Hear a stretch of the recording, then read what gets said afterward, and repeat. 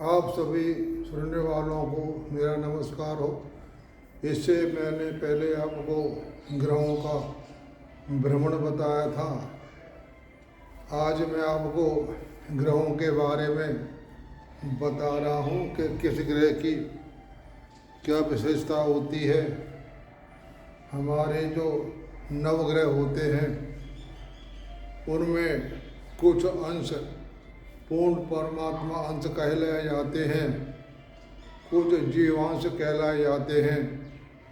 यानी जो पूर्ण परमात्मा अंश से अवतार लिया है उसी के आधार पर पूर्ण परमात्मा अंश बताए जाते हैं। ये ग्रह जहाँ भी जिस घर में बैठते हैं उसका फल बहुत अच्छा करते हैं। अब मैं आपको बता रहा हूँ कि पूर्ण परमात्मा अंश चार कहे जाते हैं। पहला सूर्य, जो कि हमारे श्री रामचंद्र जी के अवतार रूप में प्रकट हुए थे, और उसके बाद चंद्रमा श्री कृष्ण का अवतार रूप में जन्म लिया था। और जो मंगल ग्रह है वह नरसिंह का जो अवतार लिया था, इसलिए इसको नरसिंह पूर्ण परमात्मा अंश कहते हैं। और जब हमारे राक्षस ने पृथ्वी को समुद्र में पाताल में ले गए थे तो भगवान ने वराह का अवतार लेकर के पृथ्वी का उद्धार किया था।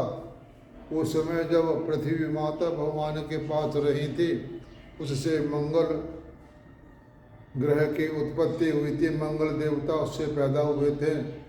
मंगल पृथ्वी सुत कहे जाते हैं। हमारी ये कुंडली है 12 भाव की।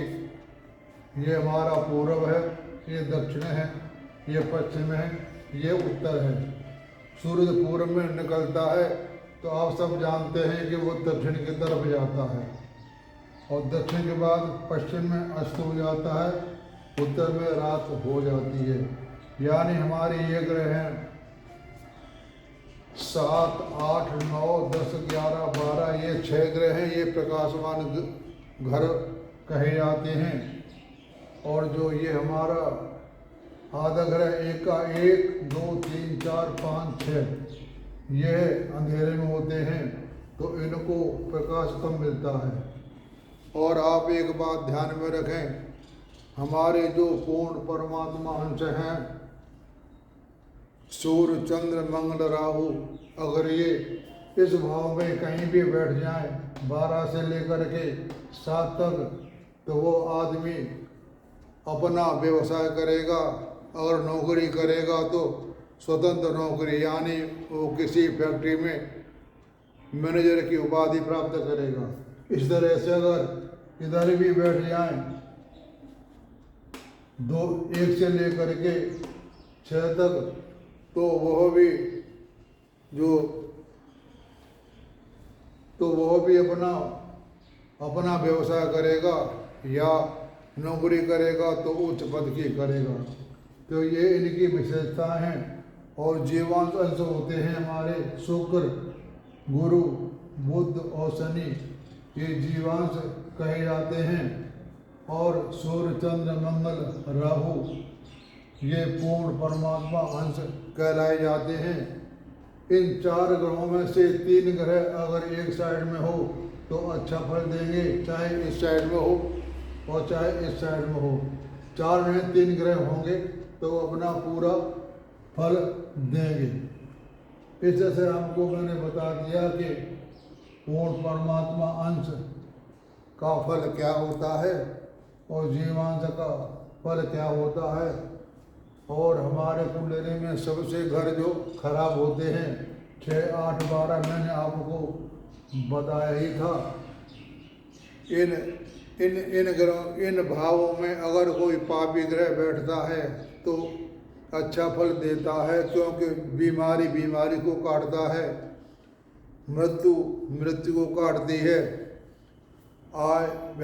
वो उसमें ही फायदा करता है।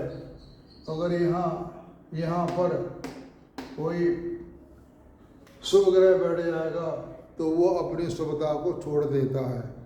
12 भाव को छोड़ के 6 और 8 हमें कोई शुभ ग्रह बैठ जाता है तो वो अपनी शुभता को छोड़ देता है। ऐसे ही केंद्र में कोई पापी ग्रह बैठ जाए, शनि मंगल राहु केतु, तो वो अपने पाप के फल को छोड़ देता है, यानी वो न्यूट्रल में सम हो जाएगा। इस तरह से यानी कहने का मतलब यह है कि पापी भाव में कोई शुभ ग्रह बैठ जाए तो वो अपनी शुभता को छोड़ देता है और पापी ग्रह अपनी अशुभता को छोड़ देता है, यानी वो बुरा फल नहीं करेगा।